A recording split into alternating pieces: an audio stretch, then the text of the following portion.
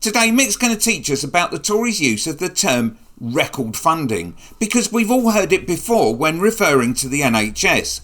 So if, for example, the NHS is getting record amounts of funding, then why does it seem to be on its knees at the moment?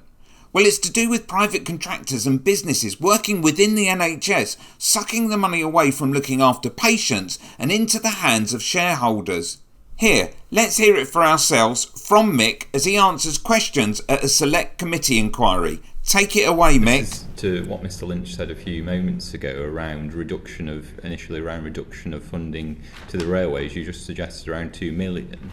NAO figures show that the amount of government funding to the railways has actually doubled since 2015-16 to 2019-20. So where do you get your figures from?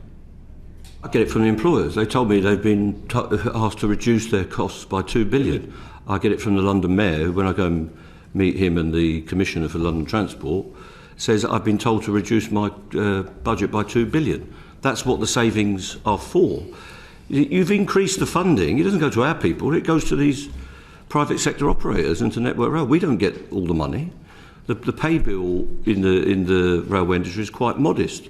The staffing is at low levels. That the government are putting more money into the government is putting money into it. They'll probably all have to put money into it. I would ask why they put money into the railway and allow rolling stock companies and train operating companies and Network Rail subcontractors to extract billions of pounds of profit since the 90s straight into people's pockets in through dividends. So you'll do the same with health and all the rest of it eventually when you get the opportunity. So you'll fund them, but you'll shovel it into the private sector. That's what you've been doing. They take profits. They made profit every day during the pandemic, and they've made profit on every day of these strikes. They get protected against the loss of revenue, and they've not been affected, bottom line.